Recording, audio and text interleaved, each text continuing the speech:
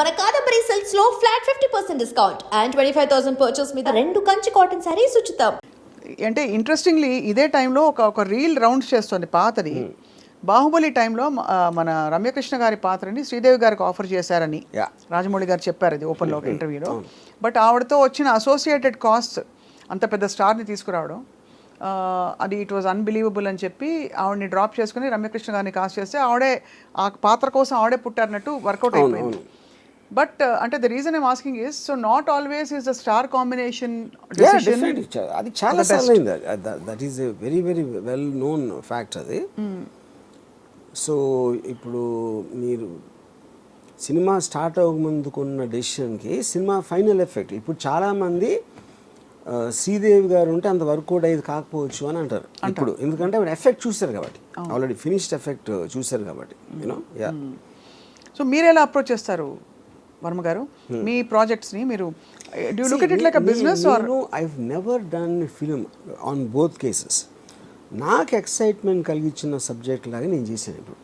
ఇప్పుడు for example నేను ఇప్పుడు శివ ఉందనుకోండి, ఆ రోజుల్లో అంటే ఎగ్జాక్ట్గా నేను చెప్పలేను కానీ హాఫ్ ఏ ఉంటుంది. ఇది మామూలుగా అన్నపూర్ణ స్టూడియోస్ ఖర్చు పెట్టే ఆ టైంలో నేను అది బడ్జెట్ తగ్గించాలన్న ఉద్దేశం కాదు. ఆ సినిమాకి అంతే.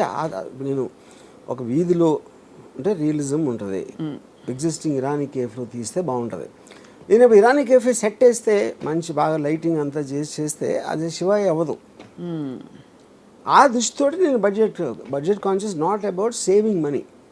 We will spend for what is required. Same thing అలాగే సత్య చేశాను. అబ్సల్యూట్లీ లొకేషన్స్ అన్నీ RE2 కెమెరాతోటి, కొన్ని సీన్స్ 5-6 ఉన్నారు యూనిట్ మెంబర్లు అంతే.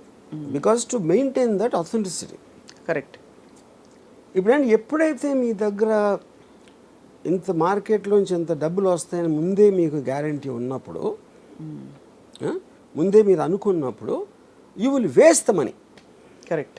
That is a problem. అది అంటే because somewhere we have annoyingly made a statement. ఇప్పుడు ఒక ఎగ్జాంపుల్ చెప్తాను మీకు. మాజిద్ మెమన్ అని ఇరానియన్ డైరెక్టర్. సో తను చిల్డ్రన్ ఆఫ్ గాడ్ అని ఒక సినిమా తీసాడు. అది ఇండియన్ మనీ వాల్యూలో 40 lakhs తీసాడు సినిమా. యా. అంటే కొన్ని రియల్ లొకేషన్స్, రియల్ పీపుల్, అతను చాలాసార్లు ప్రొఫెషనల్ యాక్టర్స్ని తీసుకోడు అసలు.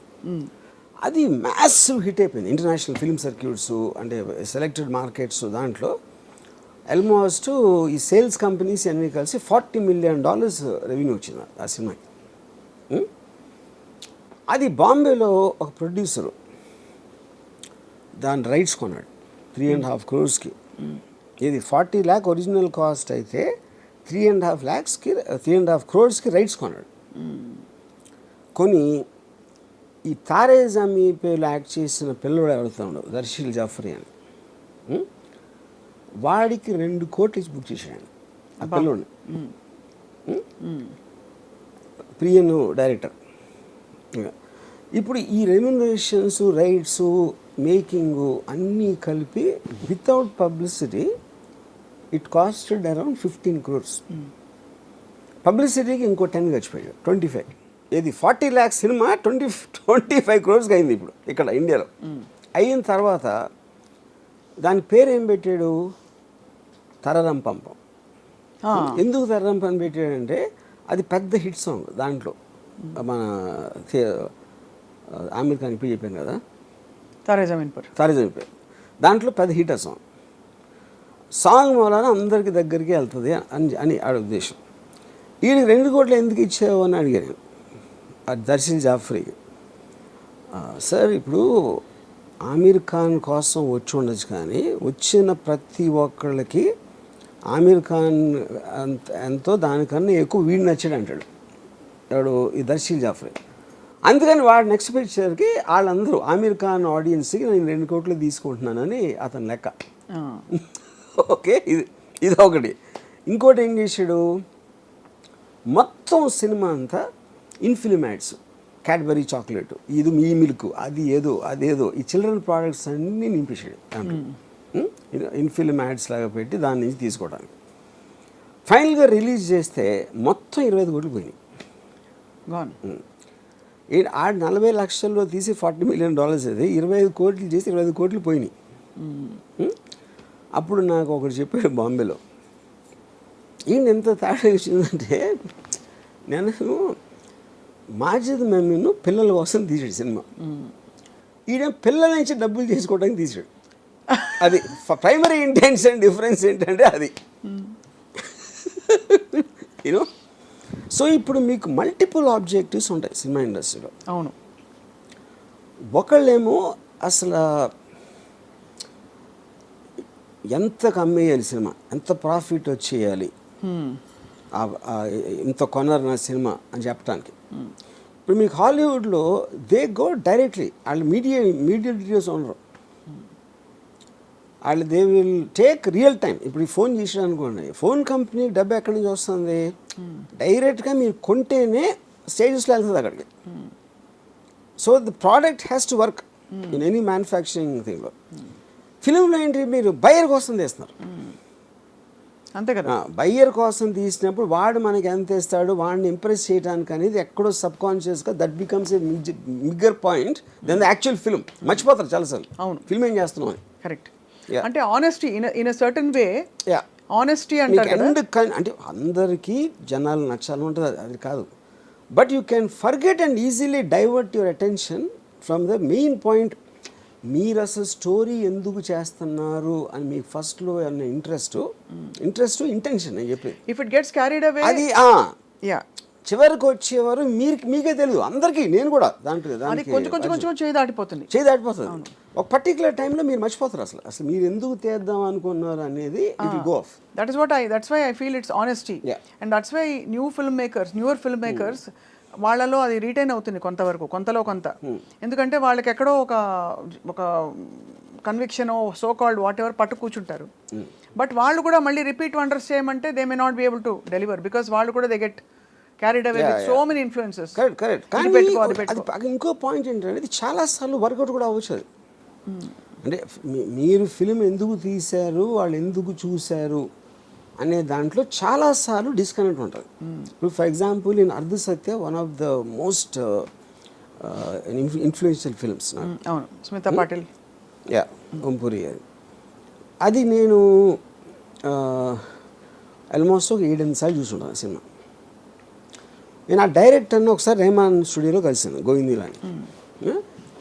నేను ఆయనతో ఆ సినిమా గురించి మాట్లాడితే ఆయన సినిమాది నాకు చెప్పారు, అసలు అది ఫాదర్ సన్ రిలేషన్షిప్ మీద నేను ఇన్స్పైర్ అయ్యి తీశాను, that is what which work. నేను అన్నాను, సరే నేను ఉట్టి ఫాదర్ సన్ సీన్లే నేను ఫాస్ట్ ఫార్వర్డ్ చేసి ఉండని చెప్పా, ఇది రిపీటెడ్ వ్యూస్లో. నేను చూసింది రామశెట్టి అని ఒక విలన్ క్యారెక్టర్ మొలాను. నిజంగా ఆశ్చర్యపోయాను, ఎందుకంటే ఆయన కూడా తెలియదు కదా, సినిమా అయిపోయింది, రిలీజ్ అయిపోయింది, ఎవరెవరో ఏదేదో చెప్తారు. మెయిన్ రీజన్ దానికైనా ఆయన అనుకుంటే, ఇక్కడ ఇంకో డైరెక్టర్ అసలు నేను ఆ సీన్ కోసమే చూడలేదని చెప్పాను. ఇప్పుడు బ్యాండిట్ క్వీన్ ఎక్స్ట్రాడినరీ ఫిల్మ్, అది పూలందేవి. అది నా ఉద్దేశంలో ఎలా తీయకూడదు అనే దానికి టెక్స్ట్ బుక్లో ఉన్న దాన్ని రీమేక్ చేశారు తెలుగులో. అది దానికన్నా 10 రెట్లు అడిగింది. ఏది బ్యాండిట్ క్వీన్ కన్నా ఎక్కువ. అప్పుడు ఏంటి అర్థం, దానికి ఏం చెప్తాను, దేర్ ఇస్ నో లాజిక్, ఏం లేదు. అంటే అది నా సెన్సిబిలిటీ, అంతే. లాజిక్ ఉంది, ఆడియన్స్కి నచ్చింది. ఎందుకు నచ్చింది అంటే వాళ్ళు ఈచ్ పర్సన్ చెప్పాలి. మీరు చెప్తున్న దాన్ని బట్టి ఆర్జీవి గారు, ఆడియన్స్ టేస్ట్లు ర్యాపిడ్గా మారుతున్న వాట్ ఎవర్ ఆ ప్రిఫరెన్సెస్ అండ్ ప్రయారిటీస్ని cinema industry most of the time map చేయలేకపోతున్నారు. మ్యాప్ చేయలేక కొన్ని సినిమా ఇండస్ట్రీకి లీస్ట్ తెలుస్తుంది యాక్చువల్గా, ఎందుకంటే లోపల ఉన్నారు కాబట్టి. అవును, ఆడియన్స్ మధ్యలో ఉన్నవాడికి రిలేటివ్గా ఎక్కువ తెలియడానికి ఛాన్స్ ఉంది. రిలేటివ్లీ అది కూడా ఫుల్గా కాదు, ఎందుకంటే ఆడియన్స్కి తెలియకపోవచ్చు. నేను విజయవాడ నుంచి వచ్చి నేను హైదరాబాద్ మన అనుపూర్ణ తిరుగుతున్నప్పుడు ఇళయరాజా ఎంత పాపులర్ అనేది నాకు స్టూడెంట్గా ఉన్నప్పుడు తెలుసు. ఎందుకంటే మేము షాపులకి వెళ్ళి రికార్డ్ చేయించుకున్నాను క్యాసెట్లో. అక్కడ ఇళయరాజాకి సెపరేట్ బుక్ మెయింటైన్ చేసేవాడు. మిగతా చక్రవర్తి ఇది అది అందరూ కలిపి ఒక బుక్ ఉండే, ఇళయరాజా గారికి ఒక సెపరేట్ బుక్ ఉండేది. అది నేను చెప్తే అనుకున్న షాక్ అయిపోయాడు, వాళ్ళకి తెలియదు అసలు ఇళయరాజా అంత పాపులర్ అని. దానికి కారణం ఏంటంటే ఈ పెద్ద సినిమాలన్నీ కూడా మోస్ట్ ఆఫ్ దెమ్ చక్రవర్తి గారు వీళ్ళు చేసేవారు. ఈ వంశీ గారి లాంటి అంటే ఒక లో బడ్జెట్ సినిమాలు అన్వేషణ ఇలాంటివి వచ్చి ఆ టైంలో ఏదో బాగానే ఉందంట. అప్పుడు దాని కలెక్షన్స్ ఏంటున్నారు కానీ మ్యూజిక్ జనాల్లో ఉన్న పాపులారిటీ గురించి తెలీదు. సో అప్పుడు నేను శివాకి ఇళయరాజా అని ఇన్సిస్ట్ చేస్తే చాలా కష్టమయ్యేది.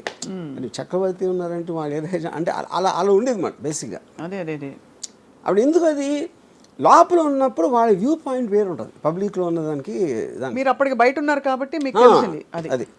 ఎప్పుడైతే నేను లోపలికి వచ్చానో నాది అదే పరిస్థితి. మీరు at least you know you have been మీరు నచ్చిన సినిమా అది ఏమైనా అవ్వని అనే ఒక నాకు వచ్చింది అది. నేను ఇంటెన్షన్తో నేను హిట్ అయిపోవాలి, డబ్బులు సంపాదించాలి, నాకు అవార్డు వచ్చేయాలి అలా అని నేను ఎప్పుడు సినిమా చేయలేదు. అది నా పర్సనాలిటీ ట్రేట్ అంతే, అది తప్ప ఒప్పని కూడా అంటలా. యా. సో ఇప్పుడు ఒక చిన్న జోకే ఇచ్చా మీరు పర్మిషన్ ఇస్తే. సో ఆర్టిఫిషియల్ ఇంటెలిజెన్స్ అడిగితే స్త్రీ ఎందుకు ఆడింది అని అది ఇచ్చిన ఆన్సర్ ఏంటంటే దేశం అంతా ఆర్జీవీలా మారిపోతుందని. ఎందుకు ఆర్జీవీ స్త్రీని బాగా చూస్తారు కాబట్టి. అందులో స్త్రీ అందుకే నేను జోక్ అని చెప్పాను సార్. అదే కాదు, నేను ఎలా స్త్రీనో చూస్తాను అలాంటి స్త్రీ లేదు దాంట్లో ఫస్ట్. ఓహో అయితే ఈ టాపిక్ ఎక్కడతో మరి ఆ జోక్ని. బట్ సీరియస్లీ ఇట్స్ యాక్చువల్లీ మీరు అన్నట్టు ఇట్ ఇస్ ఛాలెంజింగ్. అంటే ఇప్పుడు ఫిల్మ్ మేకర్స్కి చాలా it's a lot of pressure, especially ఒక దారుణమైన పెద్ద సినిమా తీసేశాక ఇంకా తర్వాత ఇప్పుడు గద్దర్ 2, యానిమల్, స్త్రీ 2, ఇంత వేరీడ్ ఫిల్మ్స్ అసలు ఒకదానికొకటి సంబంధం లేకుండా అంత బ్లాక్ బస్టర్స్ అవుతున్నాయంటే దాని అర్థం ఏంటి? జనాలు ఏదైనా చూస్తారు.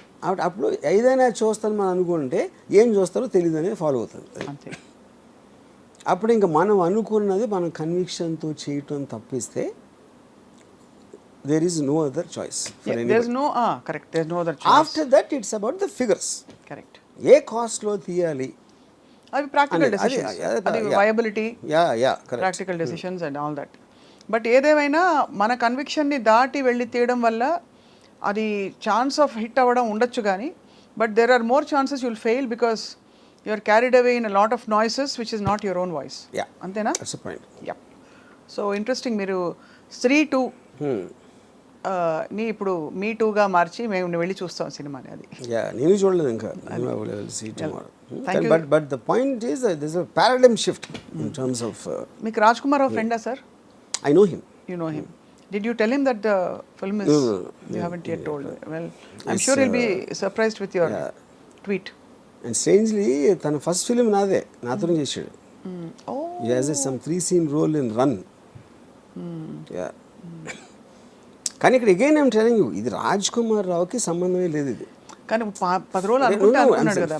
ఫిలిం అనేది జస్ట్ ఇప్పుడు ఇంకోటి ఇలాగ ట్రైలర్ అన్నారు కదా, ట్రైలరు ఎందుకు అసలు ఏం చూస్తారు ట్రైలర్లు అనేది. ఇప్పుడు చాలా సినిమాలు మీకు 20 మిలియన్ వ్యూస్, 30 మిలియన్ వ్యూస్ వస్తాయి, సినిమాకి ఎవడు రాడు. అప్పుడు అక్కడ ఒక లాజిక్ ఏంటంటే ఇంతమంది చూశారు కాబట్టి వాళ్ళందరూ వస్తారు అని మనం అనుకుంటాం. అంతమంది చూశారు కానీ వాళ్ళు చాలామందికి నచ్చలేదని అప్పుడు అర్థమవుతుంది. అంతేగా.